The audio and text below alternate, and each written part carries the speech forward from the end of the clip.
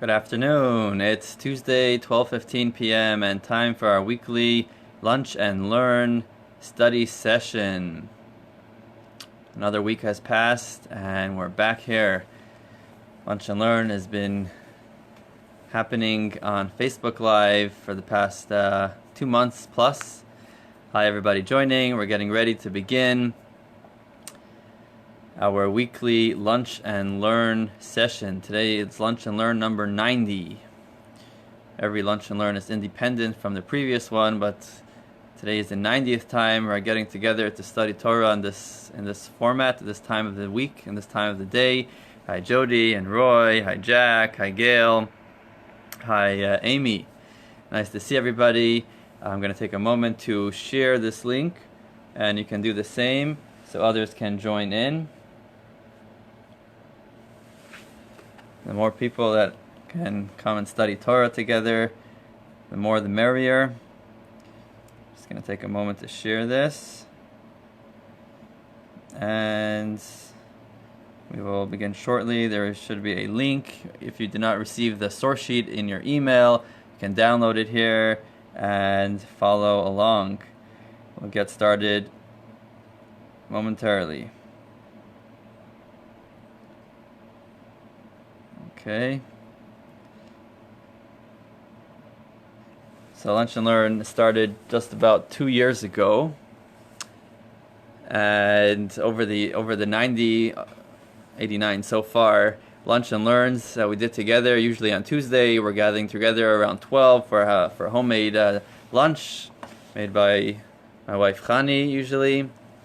And for the first 15 minutes, we have lunch and we chat, and then at 12:15 we begin the lesson every week, focusing on another topic. We've gone through many topics, life cycle topics. We learned about a bris, bar mitzvah, weddings, divorce, end of life.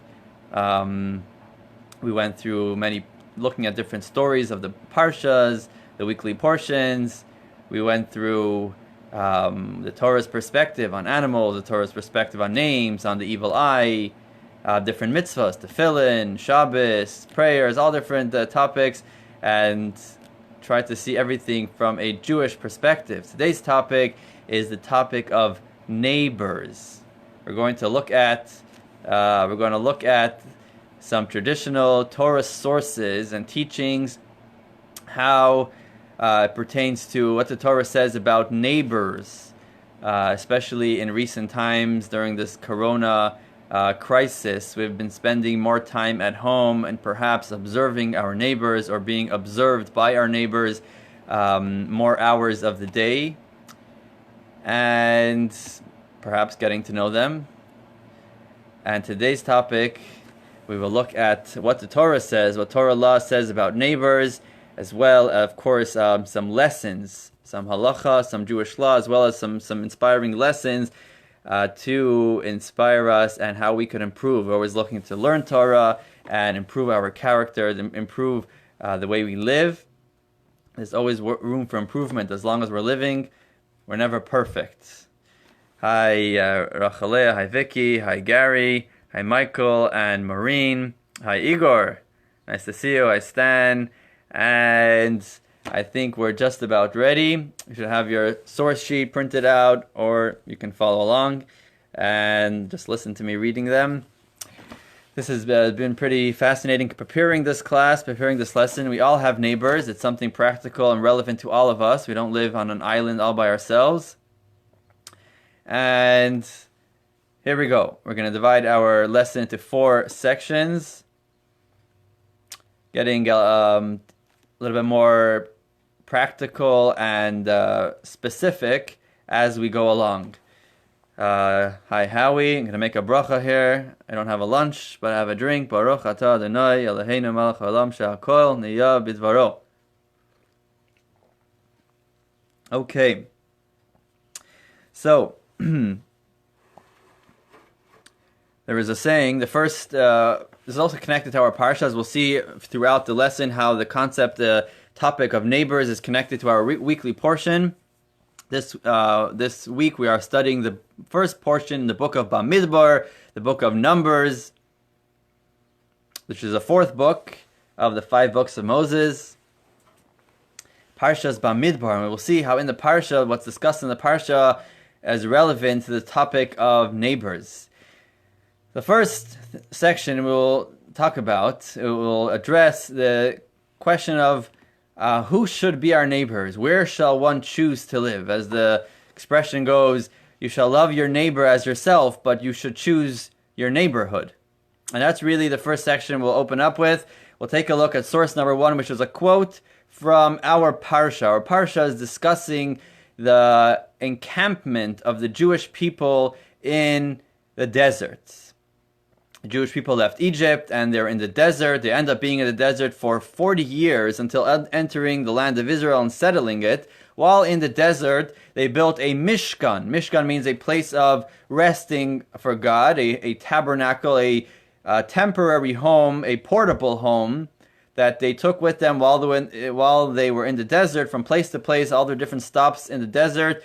They would take it apart and reassemble it where they stop to rest and settle again. So in the center of the camp, you had this tabernacle, this home, made out of wood and covered by different animal skins, different sheets, and the Torah goes into great length discussing it in a different portion, different book. That was at the center. That housed the ark with the tablets and the menorah and the table with the showbreads and the altar and so on. That was the center of the camp. And then the Jewish camp was like a square. There were 12 tribes and 3 tribes on each direction. So 3 tribes to the east of the tabernacle, 3 tribes to the south, 3 tribes to the west, and 3 tribes to the north. That was a full square how the Jewish people camped. And then immediately close to the tabernacle, where the tribe of the Levites, the different families of the Levites were surrounding. They pitched their tents. They were resting immediately close to the tabernacle because they're the ones doing the service, doing the sacrifices and everything that went on, lighting the menorah in the temple. Let's take a look how the Torah describes it. Source number 1, the children of Israel shall encamp. Of course, this was an instruction from God, exactly which tribe should be where and how it should all be set up. The children of Israel shall encamp, each man by his division. So the way the Jewish people settled, the way they were encamped, was according to a division, according to their tribe. There were 12 tribes, each one settled with their tribe. So 3 tribes on each direction, and the Levites shall encamp around the Mishkan. The Levites should be immediately close to the Mishkan. All Jews were around the Mishkan, but the Levites should be close to the Mishkan, right there. And the Levite tribe had 3 general families, and each family was on a different side of the Mishkan. And the families of the sons of Kahas, one of the big families was Kahas. They shall camp to the south side of the Mishkan, camping in the front of the Mishkan to the east, where Moshe, Aaron, and his sons. Okay, so try to picture this geography. Try to picture this in your mind. You have at the center, you have the Mishkan, the tabernacle. You have 3 tribes on each direction, on each side, and then immediately close you have the Levites. And the Torah, what we're pointing out today, is that Moshe and Aaron, Moshe, the teacher of the Jewish people, Aaron, the high priest, the lover of the Jewish people, they were situated right at the front, at the east side of the Mishkan. On the other side, to the right, to the south side of the Mishkan, was the family of Kahas. What does this teach us? The Midrash tells us, we see from here the importance of choosing your neighborhood, choosing who your neighbors are. So if you're, hopefully no one here is looking to move, but if someone is looking which neighborhood to settle in, who shall be his neighbors, what kind of people should he be living amongst, tells us the story of our Parsha, that being that the 3 tribes to the east were close to Moshe and Aaron, they were influenced for the good. Those tribes were the tribe of Judah, the tribe of Yisachar and Zevulun, and they were known throughout history for being the leaders of the Jewish people. King David, King Solomon, they were descendants of Judah. And throughout the generations, the Judean kings, the descendants of King David. They were for the tribe of Judah, as well as the other two tribes. Yisachar and Zevulun were known to be scribes and Torah teachers, and this was as a result. The Midrash says that if someone lives close to good neighbors, to neighbors like Moshe and Aaron, they will be influenced by their good ways. And unfortunately, it works the opposite way as well. The Kehas family of the Levites were on the south side, and near them was the tribe of Reubenites. And a descendant of Kehas, one of the Levites, was a man named Korach. In a couple of weeks, we'll read that Torah portion. Korach led a rebellion against Moses and Aaron. He was a Levite, and he wanted to be the high priest. He wanted to be the leader of the Jewish people, and so on. And he led a rebellion. And who were his congregants? Who were the ones that were rebelling against him from his neighboring tribe, the tribe of Reuven? They were the ones, the Torah says, 250 of them gathered and rebelled against Moses. And unfortunately, the Torah tells us a sad story, how they were all swallowed up in the ground. The ground opened up its mouth, and they were swallowed up, and they vanished. Woe is to a wicked man, and woe is to his neighbors. They were influenced by his evil ways.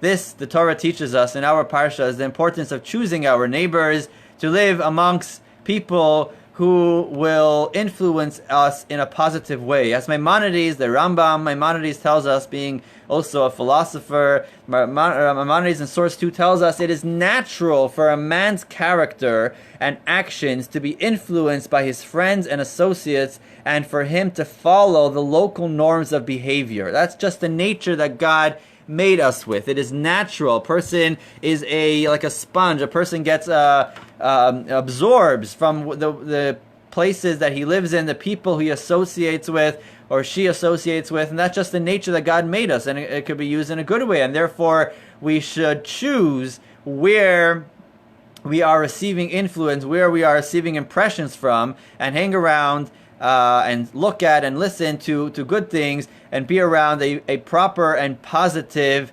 environment. This is something that Maimonides points out, the importance of choosing a place to live. A person should choose to live amongst upstanding and moral people. Okay, if you can hear me and all is well, you can just say yes or give me a thumbs up, so I don't feel like I'm talking to the books here in the library. So that is right, so not always do we get to choose neighbors. We'll talk about that as we go along, right? So the first step is that if someone is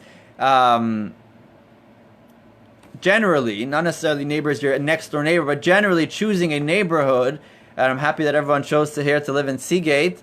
Generally, if you're choosing a neighborhood, an area, this is something to keep in mind. And it doesn't necessarily pertain only to where you're living, but in general, the people you hang around, the people you connect with, the people you spend time with, your associates, those this is something to keep in mind. And you can be a casual kind of neighbor to somebody, or more of a close friend, and really spend time with them. Those are people that we should choose. We should be careful who we are choosing to be our neighbors. And this is going back to King Solomon's wisdom. The Torah has a total of 24 books, and the books of the prophets, one of them is the book of Proverbs, the book of Mishlei, which is the great wisdom of King Solomon, son of King David. Thank you for your responses here. And King Solomon says, Source 3, he who goes with the wise will become wise.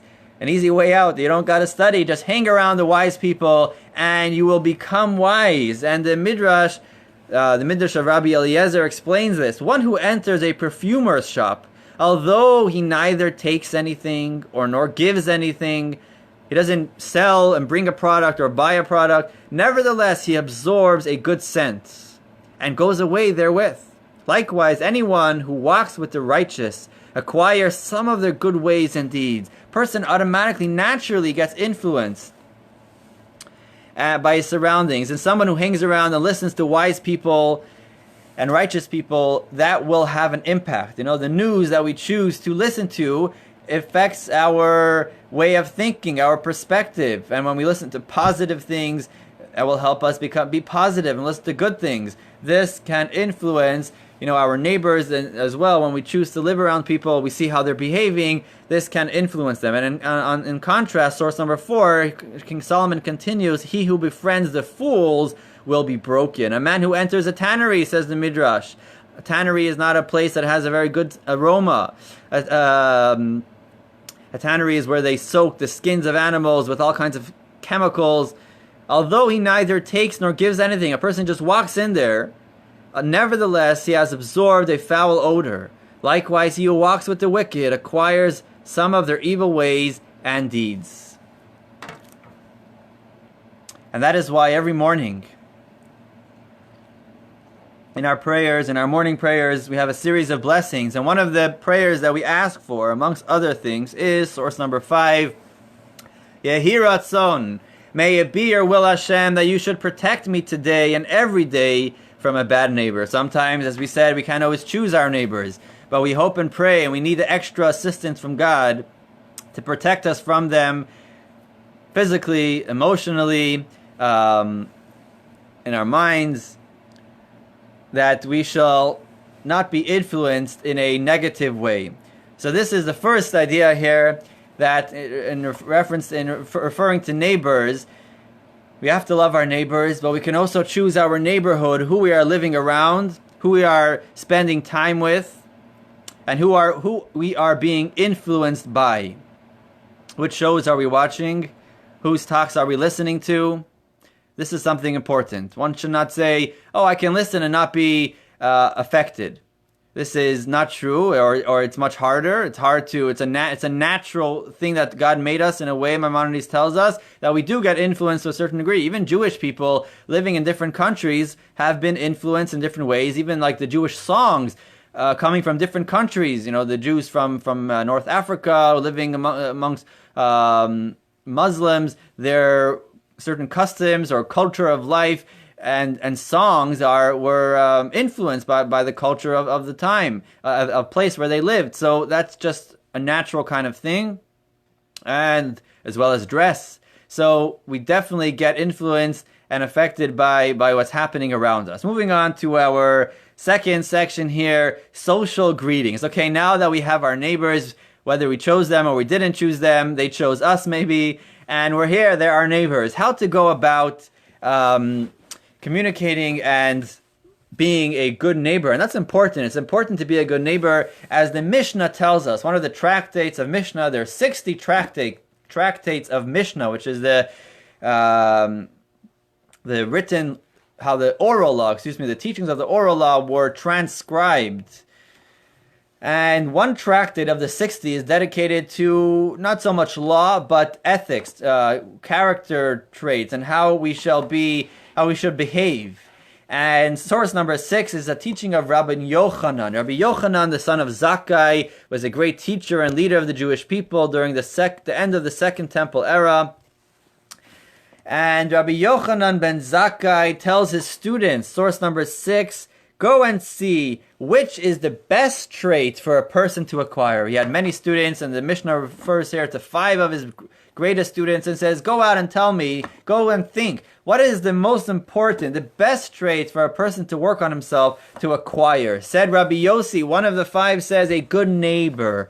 It's important, it's the best trait for a person to work on is being a good neighbor. Which is the worst trait, Rabbi Yochanan says. So which is the worst trait a person should most distance himself from? Said Rabbi Yossi, an evil neighbor. This is important, to be a good neighbor. And it goes back to the Torah itself. King Solomon, back to Proverbs, says, a close neighbor is better than a distant brother. A brother may be your blood brother, but he may live in a distant place and not be always available to come help you. But a neighbor is close. A neighbor is always there. You need some sugar, you need some flour, or you need help. Even, God forbid, something is in a crisis, a neighbor can realize what's happening and be of help, call 911 or whatever it is. It's good to be a good neighbor and not an evil neighbor. So how do we go about being on good terms, being a good neighbor, not just because we might need their help, but what is the proper way of behavior the Torah demands of us? The Torah is not just telling us what color the tefillin should be. Should it be black or blue? The Torah tells us how we should live our lives from the bedroom to the restroom, and everything in the middle. And Torah tells us how to be a good neighbor. So, the first thing is, source number 8, the neighbor is someone who we see maybe when we're going in the morning, or we come back home at night, in the evening, and nowadays we see them perhaps many hours of the day. The first important thing to know is to greet them. Good morning, good afternoon, good evening. How are you? Hello, hi. As we see in source number 8, the Torah tells us everything about life. Source 8, be first to greet every person. Not just to respond to a greeting, but be first. Even if the person did not greet you, be first to greet every person. And not just greet them with a sad face, as if you're not interested really in greeting them. Or what should I do? I have to greet you. Receive every person with a pleasant countenance, with a smile. In Hebrew we say, B'sever panim yafas, with a shining face. Good morning. How are you? We should greet each other. Greet our neighbors. Where do we learn this from? Everything comes from the Torah. The Torah, as we know, is not just a book of history, a book of stories. Every detail, every encounter, the Torah records, and the details the Torah chooses to record of that particular story contain eternal lessons for all of us. One such example of greeting is when Yisro, Jethro, the father-in-law of Moses, the father-in-law of Moshe, comes to visit him in the desert. He hasn't seen him for a while. And the Torah says, source number 9, Moshe went out to greet his father-in-law Yisro. He prostrated himself and kissed him, and they inquired after each other's welfare. How are you? They told each other. And the Torah uses the word Vayishalu ish l're'eyu. Man asked his friend Lishalom, to peace. How their things are going. Is everything at peace? The word used is shalom. From here the Midrash says, continuing in source number 9, from here we learn the custom to greet each other with Shalom Aleichem. This is a Jewish custom, as we see in source number 10. For thousands of years, going back to the times of Moses in the desert, Jews have been greeting each other with the blessing, peace unto you. Or in the Hebrew, Shalom Aleichem. Aleichem means unto you. Shalom means peace. With the other responding, switches the words around, unto you peace, or Aleichem Shalom. This greeting expresses our wish and hope that the person we meet should enjoy peace. And peace is the ultimate blessing. Whatever is going on, if there's an issue, then the life is not peaceful. Peace contains everything. That's actually the final word of the blessing of the Kohanim, the priests. V'yaseim lecha shalom. They bless us that God should grant us peace.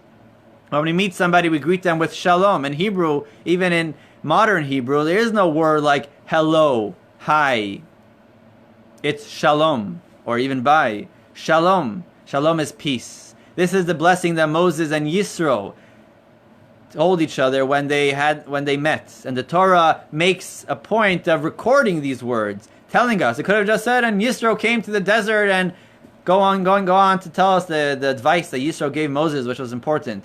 The Torah tells us exactly how Moses and Yisro met. They told each other shalom. They greeted each other. And not just when we didn't see each other for a while. Every morning we can do the same, perhaps even more than once a day, to greet each other, to say shalom, to say hi. It doesn't have to be shalom. It could be in English, it could be in Russian, whatever language. Dabri yuta, dobri dain. Whatever the expression is in any language. A gut morgen in Yiddish, boker tov in Hebrew, to greet each other. The Talmud says that this Rabbi Yochanan, who asked the students, it says that nobody ever preceded him in greeting.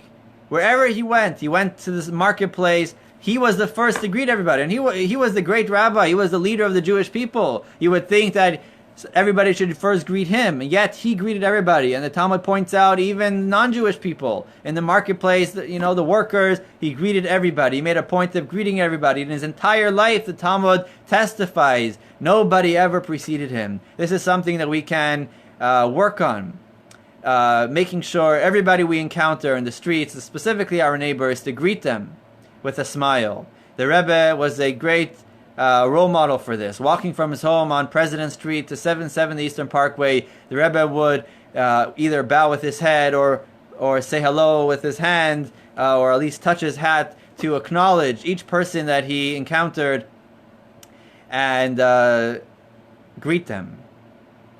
Every morning, every evening, whenever it is. This is something that we can keep in mind. As well as source number 11, if the person extended his greeting to him and he did not respond, he is called a robber. As it is stated, the spoils of the poor are in your houses. This is from the book of Isaiah. Isaiah the prophet is rebuking the Jewish people, and he tells them the spoils of the poor are in your houses. I mean, what kind of spoils of the poor? The poor don't have any spoils. They don't have anything that we can steal. They're paupers. They're poor. Rather, what is this referring to? Isaiah is referring to the only way to steal from a pauper who owns nothing is to rob him of his dignity by refusing to return his greeting. Just as important it is to be the first to greet others, it is just as important to respond to that greeting. Otherwise, we are robbing them of their dignity. We're not acknowledging their existence. Thank you, Amy. When you greet, you should make eye contact. Yes, the person is important to you, and say hi, say hello, say good morning. This is an important trait that the Mishnah, the Torah, is making a point. We should not look down at anybody in a gracious way, in a smiling way. We should greet everybody, especially our neighbors. They're the people that we might see when we're going to the car or from the car. We have an opportunity to greet them. Okay, moving on to our third section, the importance of privacy. So here will be the chunk of our lesson today. And important to take notes and be cautious, be careful not to bother the neighbors. Sometimes there can be parties going on a regular basis that can be late at night and very noisy. Like one man once told me, this is a joke, he says, it was 3 o'clock in the morning and my neighbor came pounding on my door. It's 3 o'clock in the morning. Why would he be pounding on my door? It's the middle of the night. I mean, luckily I was up playing my drums, but how dare he come pounding on my door? So, of course, we want to play drums. We should choose the right hour of the day. Or this other man was celebrating his 30th anniversary and gets up and he says, before we got married, 30 years ago, before we got married, I did all the talking and my wife did all the listening. Hi, Jill. After we got married, my wife did all the talking, and I did all the listening. And now, we both do all the talking and screaming, and our neighbors do all the listening. So hopefully we are... that's not us. So hopefully that story is not about us.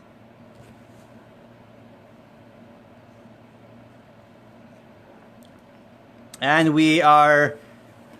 we take into account our neighbors, whatever parties we're arranging, whatever drums, whatever instruments we're playing.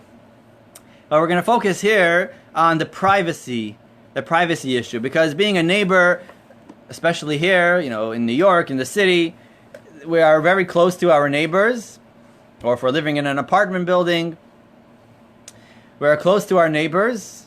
And there can be a question of privacy. And the question is it proper if we see, somebody, we see an individual in their courtyard, in their backyard, or even in their homes, and the shades are open, and we see them? Is it okay? Is it a intrusion of privacy by gazing and peering into their home, into their private property, what they're doing? One can say, if they want privacy, they should pull down the shades, put down the shutters, or they shouldn't be in their backyard. Or do we need express permission?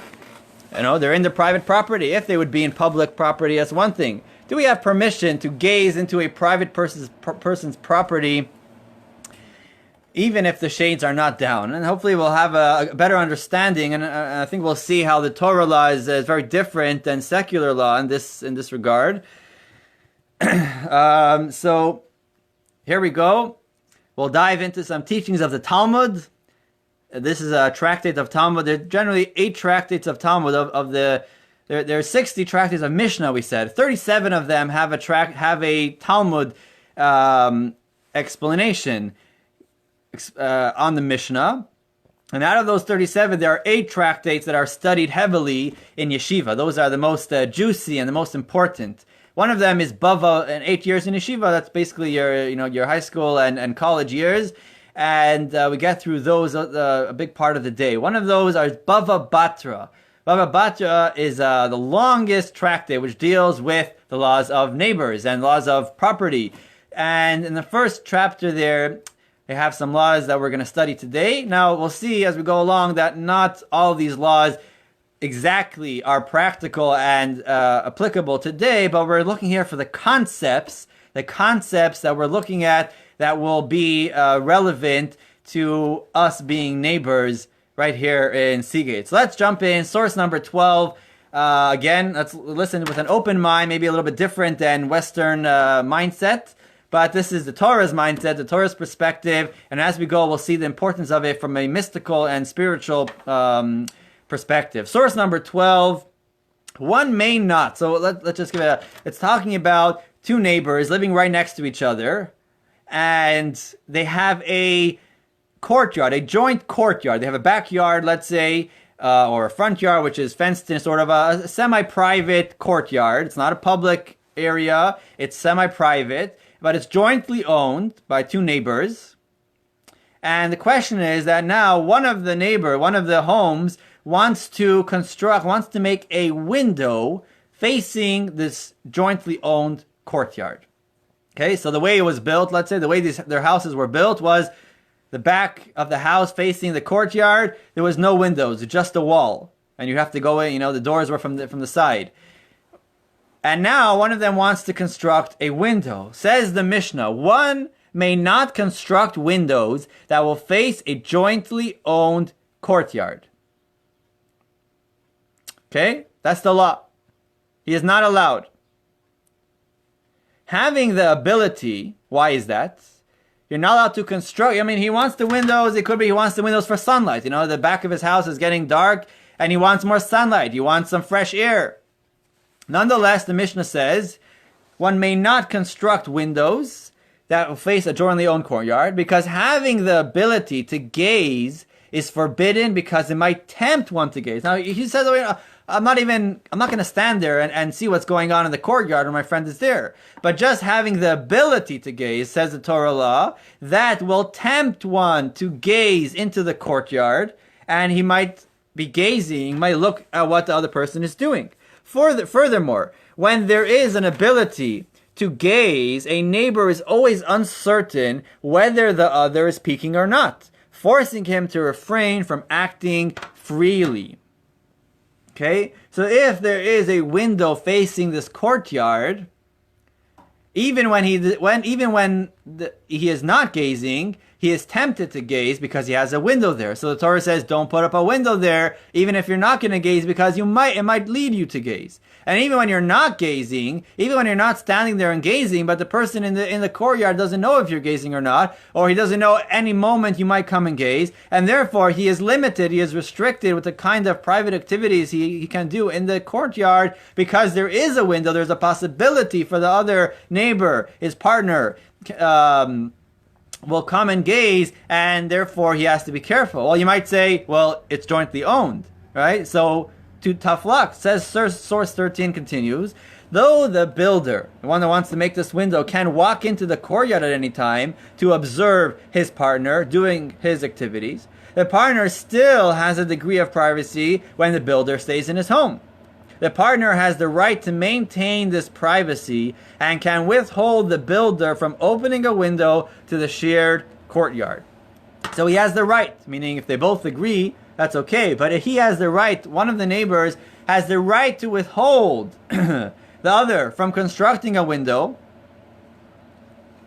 because he says, if you're in the courtyard with me, okay, when you're here, I'll be careful. You may come in at any time, but as long as I don't see you coming, I have privacy. But if you put a window there, at any moment you can come, and I guess it's easier than coming around into the courtyard. And I don't know if you're there or you're not there. And so you're taking away. Before he has constructs the window, he has more privacy. As long as the partner is not in the courtyard with him, he has privacy. But now that he constructs a window, that a certain level of privacy was taken away from him, and he can protest. He can go to a Beth Din, he can go to a Jewish court, and they will notify the partner that he is forbidden to construct a window. Now, if he goes ahead and he transgresses the law of the Beth Din, and he goes ahead and constructs a window, there's no monetary punishment, because you cannot measure the damage here. It's not like he broke something. It's more of an emotional kind of damage, and certain things in the Torah are forbidden, but there's no punishment. Just because there's no monetary punishment does not mean that it's forbidden. But obviously, if the other partner does not want the second one to construct this window, he has the right to maintain that privacy, and the Beth Din will notify him that he is forbidden to construct that window. Hi, Nina and Ira. Okay, so that is the first law that the Mishnah teaches us. That a person, even in a semi-private property, has the right to withhold, to protest his partner. And even though that person is putting up the window for sunlight, and even though the person is a partner in this courtyard, nonetheless, he can be limited. He can be stopped by putting up this window, because it gives him the ability to gaze, thereby diminishing the privacy of his partner in the courtyard. And guess what? This goes even further. It's not just a right, it turns into a obligation, as we see in source 15. Imagine this. Another law is, imagine there's a hill, let's say Staten Island, or somewhere where there's homes on a hill, on an incline, and one's roof is on the same level as of one's courtyard. Now, back in the day, the times of the Talmud, a courtyard was a place, it was sort of like a private or semi-private courtyard, was a place where a person or family spent lots of time, because the houses were quite small, and people spent time outside, whether because of the weather or light and many other things, many other reasons. And it was important for a person to have privacy in their courtyard. So if somebody's roof, and our roof wasn't often used, and here this person has a courtyard, and now this person is building a roof right near his courtyard, he's losing out on his privacy. So source 15 tells us source 14, if one's roof adjoins a neighbor's courtyard, the owner of the roof must construct a wall 4 cubits high, which is about 6 feet.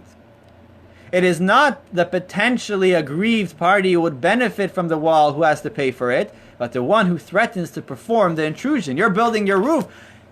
I'm in the courtyard. Your roof, you're going to look into the courtyard, because the courtyard is the person that has the courtyard. He's doing private activities there. A roof is not usually used for private activities. The roof is just a roof.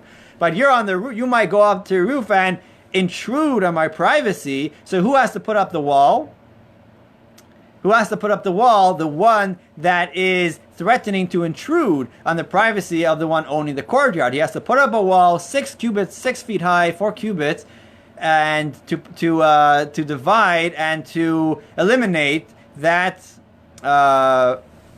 possibility of intruding in this privacy. So I think it was Benjamin Franklin who said, love your neighbor, but don't pull down the hedge. And Torah law will say, love your neighbor, put up the hedge. You got to put up, and it's your obligation. So because the other one has a right to privacy, that becomes the other's obligation to put up the wall to ensure that there is privacy. Hi, Phil. That is the second point. So the first point is about the windows to the courtyard. The second point is the wall dividing, that each has their privacy. Moving on to the next law, which is source 15. Let's say they are side by side, and you're building your homes. And where should the doors go? Source number 15. In a jointly shared courtyard, the doors and windows of the homes should not be constructed directly opposite each other. So you have a courtyard and you have both doors, maybe not like today's houses or here, like that there's a street. Let's say the house is across the street. That's not what we're talking about, because there's a street in the middle. But houses that are both opened into one courtyard, and the entrance to the homes are in a courtyard. For example, let's say there's a side door. The alley that goes between the houses, and there's two doors, side doors to either house. Those doors should not be aligned. Or windows. The windows should not be aligned. Should not be aligned. Thank you, Michael. Good fences make good neighbors. Right. At least it's a good step towards being good neighbors. So in a jointly shared courtyard, the doors and windows should not be constructed directly opposite each other. Now here, this law is different than the previous law. The previous law is a right, meaning one partner has the right to, this is a little bit Talmudic. We'll finish this part, we'll get more to the inspiration soon. One partner has the right to prevent the other from building a window, or can go to a Jewish court and they will make sure that he puts up a wall to provide the privacy here. But this law, but if he doesn't want, he can waive it. He might say, "Oh, I don't mind if you build a window. It's okay. You need some sunlight." Just gonna turn off the heater here. One moment.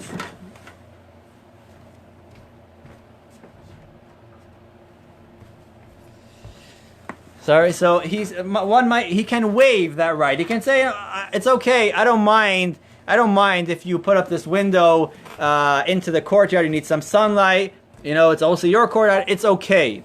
Or he might say, so that right can be waived. But then this law about the doors not being aligned, the windows not being aligned, that is a law that cannot be waived. That is, even if the two neighbors say, "Hey, we both agree, it's okay. I don't mind if the doors are aligned against each other, and I can't, what's the idea? The windows are aligned, I can see right into your house. And the other, or right through your door, your front door." And remember that in those days, they didn't really have hallways. The front door opened right into the home. Perhaps like the whole house was one big room. The bedroom and the kitchen and the dining room, the front door opened right in. And generally, the front door was open a little bit because there was no electricity, there was no light, and during the day hours, the door would be open to bring in more light, and at times to bring in fresh air. And the door opened right there, so the doors being aligned, or windows being aligned, was a intrusion of privacy. So even if they both agree and say, "Oh, we're friends, we don't need privacy, it's okay," that is nonetheless forbidden. As we see in source number 16, there is a degree of privacy that can be waived. That's one degree, like a window looking into a shared courtyard. If he agrees to waive that right, then it's okay. But then there is a degree, and a degree that cannot be waived. Windows or doors opposite each other. That is not up for discussion. That's not just a right. That's an obligation.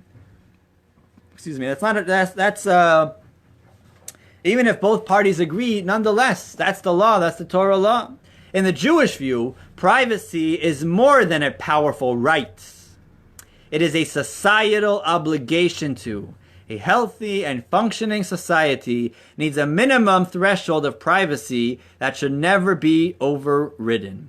And this is revolutionary. This is the Jewish perspective that usually you say, "Oh, if they both agree, then who cares? I mean, who decide? Well, what can be wrong with that? They both agree. They both agree to do it. So the police are going to tell them something?" But from the Jewish perspective, it's not just about hurting somebody. It's about being moral and being spiritual, and being emotionally healthy, spiritually healthy. And as we'll see, this contributes to it. Privacy. The doors cannot be aligned. The doors should not be aligned. Of course, we'll see this is if you're building your home, and the windows should not be aligned. We should not be having access, or even the ability to access and gaze and peer into another's private home.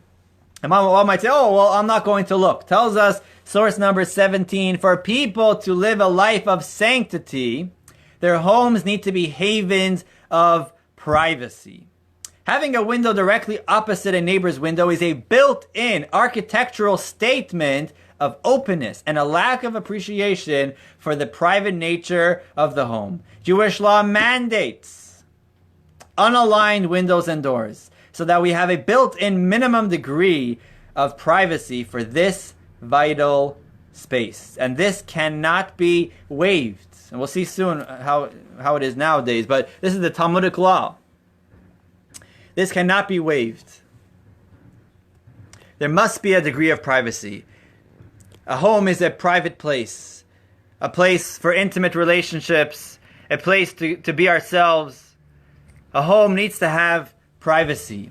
And to have the doors aligned to each other is like building into the home, having a built-in system, ability to be tempted to gaze and see what's going on. That, the Torah says, is not up for discussion. That is not just a right that one can prevent his neighbor from doing so. That is an obligation. And it wasn't just something the Talmud made up. The Talmud's sources brings a story connected to our Parsha when the Jewish people were camped in the desert. No, they didn't have homes, they didn't have apartment buildings, they had tents. They pitched their tent. As we mentioned, there were 3 tribes in either direction. They had tents, and the tents had openings. And this takes us to a story. When while the Jewish people were in the desert, the story of their might, their fame traveled all around to the neighboring countries. The Jewish army was, the other armies, were afraid of the great miracles that happened to the Jewish people, the 10 plagues in Egypt, the splitting of the sea. And the Moabites, a man named Balak, the king of Moab, was afraid that the Jewish people will come and wage war with his people, which was not to happen. The Jewish people were not there to just wage war with anybody. And he hired a man named Balaam, in English we'll call him Bilam, and Bilam was a non-Jewish person, but was a prophet who communicated with God, and God communicated with him. He was authentically prophetic, and he was a sorcerer, and he was hired by Balak, the Moabite king, to come and curse the Jewish people. There's a portion of the Torah dedicated to this coming up in a couple of weeks. And there the Torah says that instead of cursing the Jewish people, Bilam ended up giving praises and blessings to the Jewish people. We're going to talk about how that happened. We take a look at source number 18. I see some comments there. We'll address it as soon as we're done. Bilam raised his eyes and saw Israel dwelling. It says that Balak took him to the mountain, to the peak, where he can look, oversee and observe the Jewish encampment and how they're dwelling there. And what did he see? He raised his eyes and he saw Israel dwelling according to its tribes. And the Spirit of God rested upon him. He witnessed the dwelling of the Jewish people. And the Spirit of God rested upon him. He proclaimed and said, began a prophecy of blessing. How goodly are your tents, O Jacob, your dwelling places, O Israel. It was inspired to bless the Jewish people. Matovu ohalecha Yaakov, Mishkin osecha Yisrael. These are the words of our prayers in the morning. As the kids sing in Hebrew school, Matovu ohalecha Yaakov, Mishkin osecha Yisrael. It's a beautiful song that we sing. These are his words. How goodly are your tents. I mean, what did he see? What inspired him? What was so fantastic about the Jewish people's dwellings that inspired him? And he got a spirit of God, and he praised the Jewish tents. I mean, were they made out of silk or something? What was so special about them? Tells us the Talmud, what did Balaam see? What did Bilam see? He noticed that the doors of the Jewish people's tents were not aligned opposite each other. He saw how they were set up. The tents, each tent was unaligned. It was not aligned. The entrances to their tents were not aligned. There was a degree of modesty, of privacy amongst the Jewish tents, amongst their encampments of all of the 12 tribes. That is what Bilam noticed. And when he noticed that, he had a spirit of God upon him, and he blessed the Jewish people. How goodly are your tents, O Jacob, your dwelling places, O Israel. The Jewish people set up their tents in a way that they should not be able. They should not even have the ability. There should not be the built-in architectural in the architect that they should be able to steer and gaze into the other person's home, into their privacy. There was a degree of privacy built into the Jewish people's encampment in the deserts. This is what Bilam saw, and this is the source for this law. We shall keep our home sacred and private.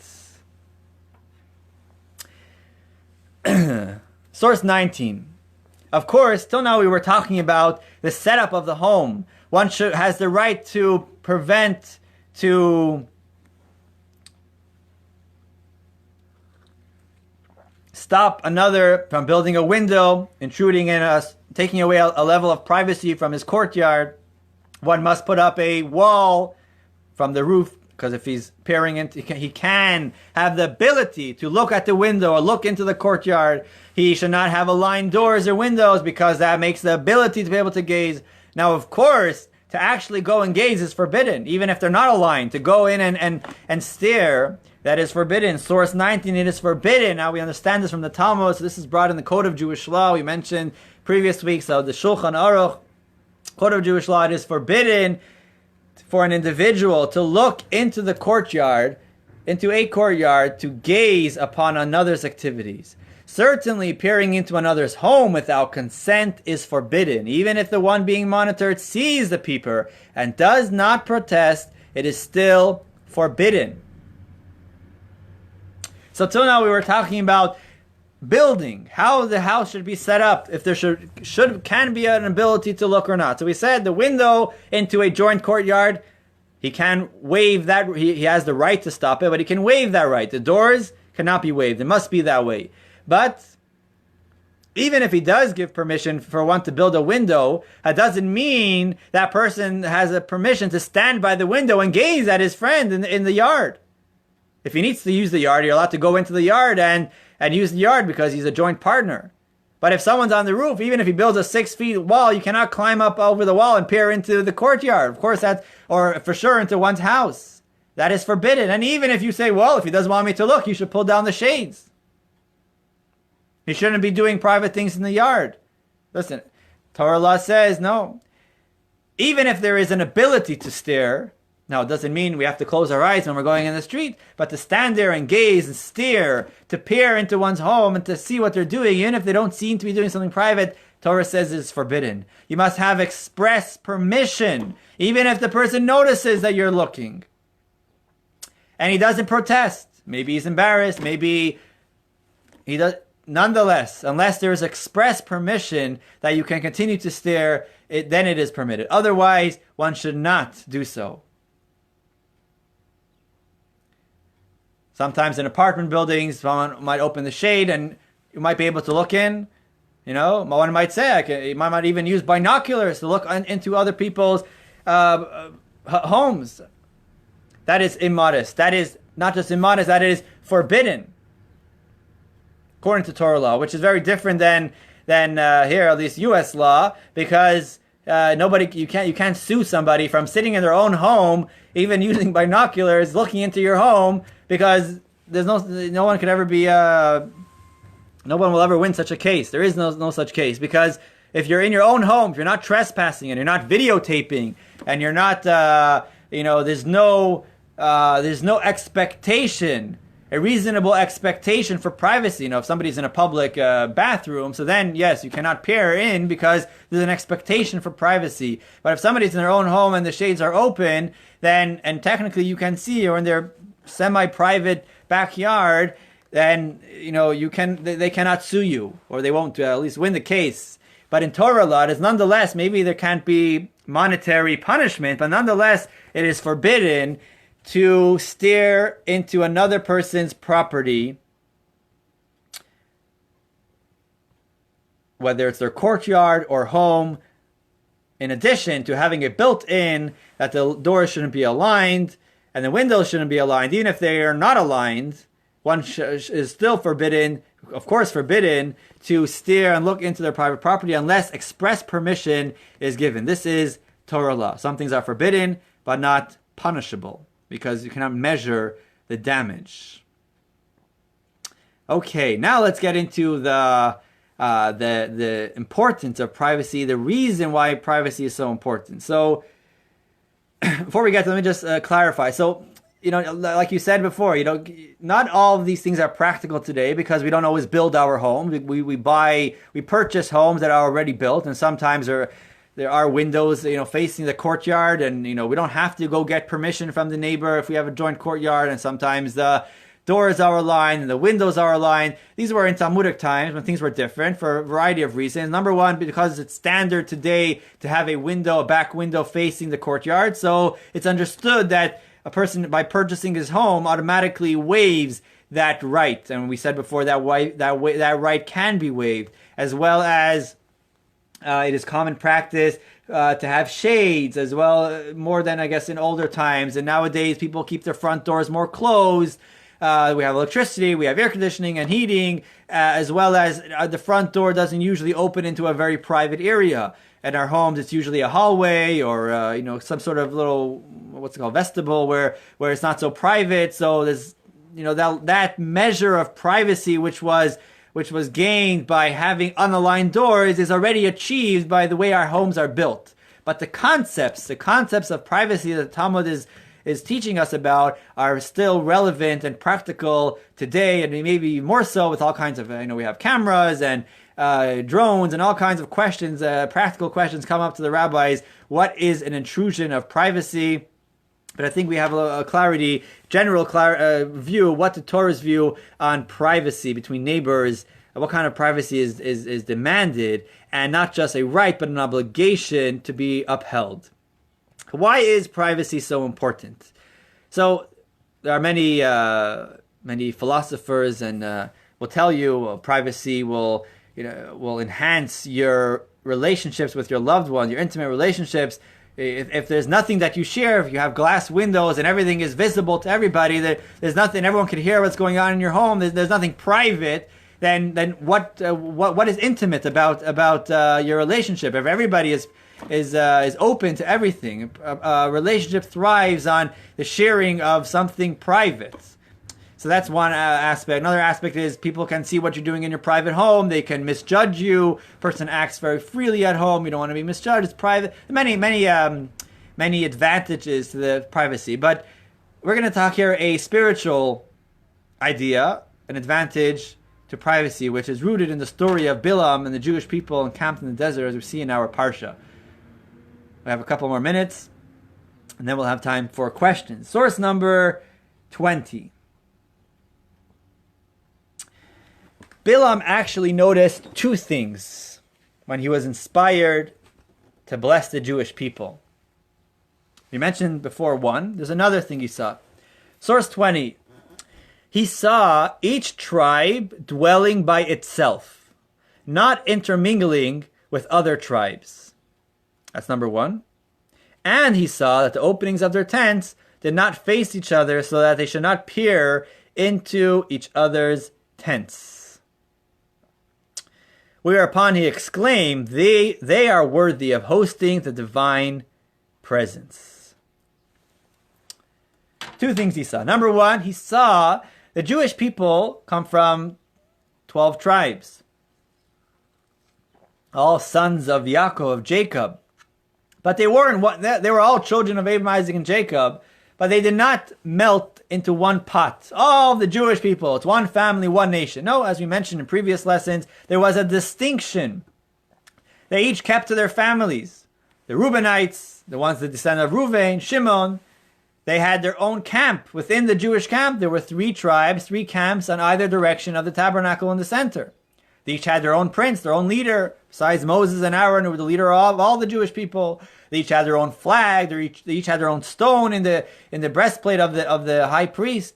There was individuality of each tribe, and the way it's explained in Kabbalah and the teachings of Chassidus, each tribe had their unique way within the framework of Torah, their unique way and emphasis in serving God, their unique path. Just as God did not make all humans equal, their bodies equal. Yes, we all equal. We have two eyes and two nostrils and a mouth and two ears and one head and so on. But we all, within that general makeup of our bodies, for men and women, there is differences. Each face looks different. Each fingerprint is different. Within the body, every body is the same body, but looks differently. There's, everything is different. People have different natures and different looks, different temperaments. Everybody is different, even though they have the same kind of body. And the same thing with the Jewish people. All Jewish people have a body and a soul, the same soul. We're descendants of Abraham, Isaac, and Jacob. The 12 tribes are the 12 sons of Jacob. But within they all were given the same Torah. They should all put on tefillin. The women should light Shabbos candles, and so on and so forth. But within the Torah and mitzvahs, there is room for individuality. There is room for self-expression. And that was represented, that was brought out in the tribes sticking to their tribes. Each tribe served God within their own way. Talmud goes, Chassidus explains how each name of the original tribe, Simon and Benjamin, represented another idea, another specific area that they emphasized on, what they focused on, what they expressed in a greater way. Each tribe dwelled alone. If they would all dwell together, then they would all learn from each other, as we saw before. A person gets influenced by his surroundings. So if all the Jewish people were mingled between each other, then it would just be one face. All Jewish people would just be the same spiritually, serving God equally. But that's not the way God wants it. God wants us to serve Him from ourselves, the way He created us individually. Just as He created us with a unique body, He created each of us with our unique soul. And communally, that was represented, that was symbolized with the 12 tribes dwelling separately, being distinguished, being separate. And this was taken a step further within every tribe. Every family, every tent, and even within every family, every individual has their uniqueness, how they should serve Hashem. What did Bilam see? Source number 21. Bilam saw two expressions. He saw the Jews dwelling according to their tribes, not mingled, and he saw that within every tribe the tents were unaligned. These, source 21, Bilam saw two expressions of the same idea. The desire to chart a distinct path, both on a communal and personal level, consistent with one's unique lineage and soul mission. Bilam saw two things. He saw that they are...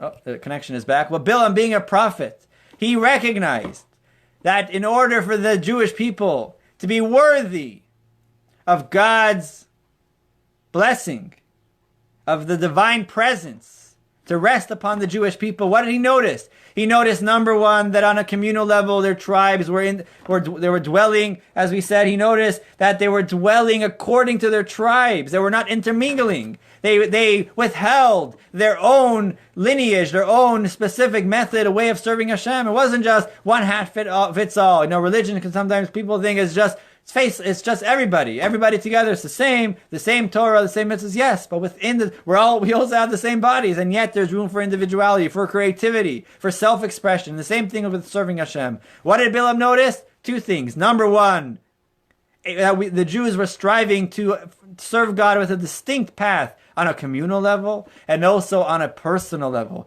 Their tents were not aligned. If they would peer into each other's tents, they would see what mitzvah are they emphasizing on. Are they serving God with joy or with seriousness, or everyone the way they focus, what they focus on and their method. We don't need to peer into each other's, because if we see them, we'll think we have to be like everybody else. It's not for everybody to see. The doors are unaligned. The tribes are separate. Each tribe does their thing. They don't have to see what everybody else is doing. And you don't have to see even within your tribe, the other family is doing. Do what you feel. How God made you feel. How you should connect to Hashem. Yes, of course, within the framework of Torah and mitzvahs. But which mitzvah, how the mitzvah should be done, with feeling, and so on. That you have the ability. What color mezuzah case you want to choose, that's up to you. You don't have to copy the other ones. You can choose what's best for you. Of course, that's a simple example. When it goes on more and more, which prayer talks to you more, and so on and so forth. The doors were unaligned, giving them the ability to serve God on their own way, with self-expression, within the framework of Torah and mitzvahs. That's what Bilam saw. That's what he noticed. And when he noticed that, he praised God. He said, they are worthy of God's presence. God's presence rests when we serve God from within ourselves, with our heart and soul, not just following a checklist. Serving God with our heart and soul, genuinely, that brings on God's presence. As we see in source 32, if we want God to be close to us, we must draw near to Him. And we can only do so when traveling the path that He intended for us, each tribe, each family, each person individually. This is why a culture of privacy draws the Shekhinah, God's presence, to reside with the people. It is not a random reward. If you're private, if you're modest and not peeking into each other's tents, then God's presence will rest. It's not random. Rather, privacy allows a person to fulfill his personal mission, which makes him a worthy vessel for the divine presence. Quite deep. For one to be a vessel for the divine presence, you need to serve God in his own private way, in his own personal way. For one to serve God with in his personal way, he needs to have privacy. He needs to have his own home, not being in the public. Sometimes when we're in the public, we're persuaded by others. We feel like we must do it a certain way to fit in with everybody, or it might not be accepted by everybody. In the privacy of our home, when nobody's doors are aligned to us, nobody's windows are aligned to us, nobody's gazing, it's just us and Hashem, then we have the ability to have self-expression, to serve God from within ourselves. When we serve God from within ourselves, in that we are a vessel for God's presence. And even Bilam, the non-Jewish sorcerer, recognized that. That is the message from the Torah on neighbors, and it's very much connected to our parsha. Interesting, the Talmud says, we'll get now to answer the questions. If anybody has questions, you can comment. The Talmud says that anybody who does not have a home is not a person.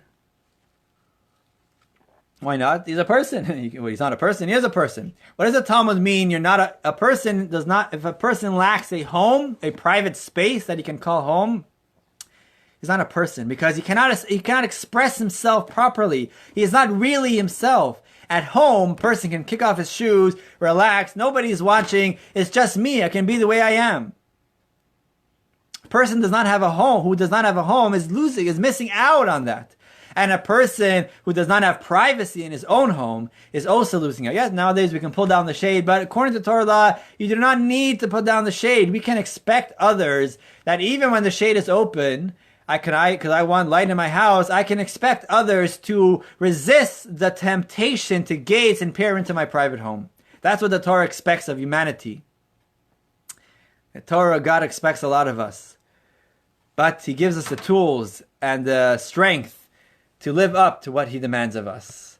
This is what the Torah says about neighbors. Number one, choose your environment, choose your neighbors. Choose to be around good people. You want to have a good smell. You want to go into a perfumer's shop, not a tannery kind of place. Number two, greet your neighbors. Be a good neighbor. Say hello, say shalom, and greet them with a smile. Number three, respect their privacy. Give them the space that they deserve, as we see from multiple Talmudic laws. And number four, privacy is the vessel for God's presence, because it gives us the ability to serve God with our own self on our own path.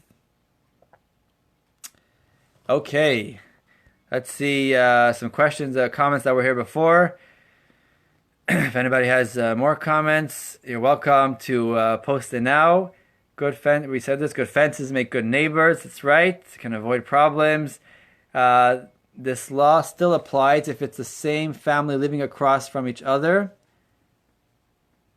I'm not sure what you're referring to. Generally, in the Torah, the Talmudic law, if there is a throughway, if there is a not a walkway, but a public way, street from the houses, then the doors can be aligned, because then the neighbors know that the door is open to a public area, so then it's very easy for people to see, so they will refrain from doing private things close to the door. But this is talking about when both doors are facing each other in a courtyard. The courtyard, there's a private, like an alleyway, and the two doors are open to a private area, and the only person that might see them is a neighbor, so then the door should be unaligned. I'm just trying. If it's still if the same family living across from each other. Oh, meaning if some family members are on this side, the other side of the street. I would imagine if it's the same family members and they technically would have lived in the same home. Not sure why. If they're living in the same home, if they're living in a different home, maybe they want privacy, and that's why they're living in a different home. But I guess that's a case by case. We have to see what that specific case is.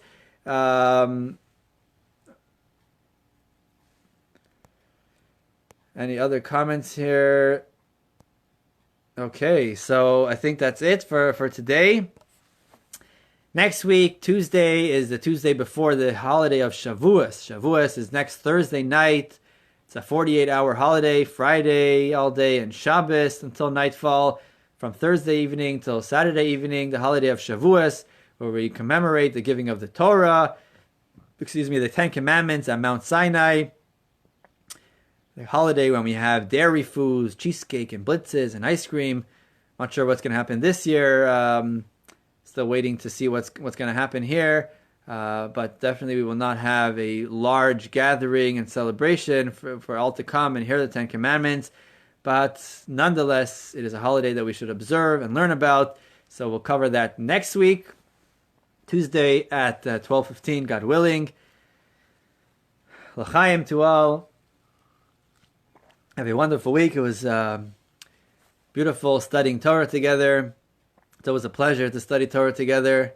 And again, if you have any specific topic that you would like us to cover, feel free to message me, and we'll try to accommodate. Torah has a lot to say about many topics. I found this topic quite fascinating. I'm definitely going to work on myself, improving, greeting my neighbors, and being a proper neighbor, respecting everybody's privacy, and so on. Growing up in Toronto, in Thornhill, just north of Toronto. Actually, my house is just about a 7-8 minute walk from actually Toronto. The city is split. And in Thornhill, so growing up, we our neighbors are basically part of our lives. We luckily we lived in we had very nice neighbors, even though we didn't choose them, but they were very nice. Till today, pretty much our same neighbors are there all around. We live in a very Jewish neighborhood, although not all of them are yet exactly living the same lifestyle as us. But we always my parents taught us to greet them. We would invite them over for holidays and bring them matzah and so on and so forth, to include them and be as respectful as possible to their privacy and so on. So this is something that we could always improve in and enhance our relationship. And you never know, as King Solomon says, a close neighbor is better than a distant. Can be, what's the exact wording? A close neighbor is better, can be more helpful. Not necessarily better, of course. A brother is a brother, but a close neighbor can be more of help at times than a distant brother. See you all again. We have Wednesday at 7:00 for the women's circle on Zoom. Thursday 7:30 on Rivka's page. 7:30 Round Our Community. Episode number 5, and in the mornings we have Tefillin on Zoom at 9:00 a.m. Have a wonderful day. Have a wonderful rest of your week. Pleasure learning Torah together.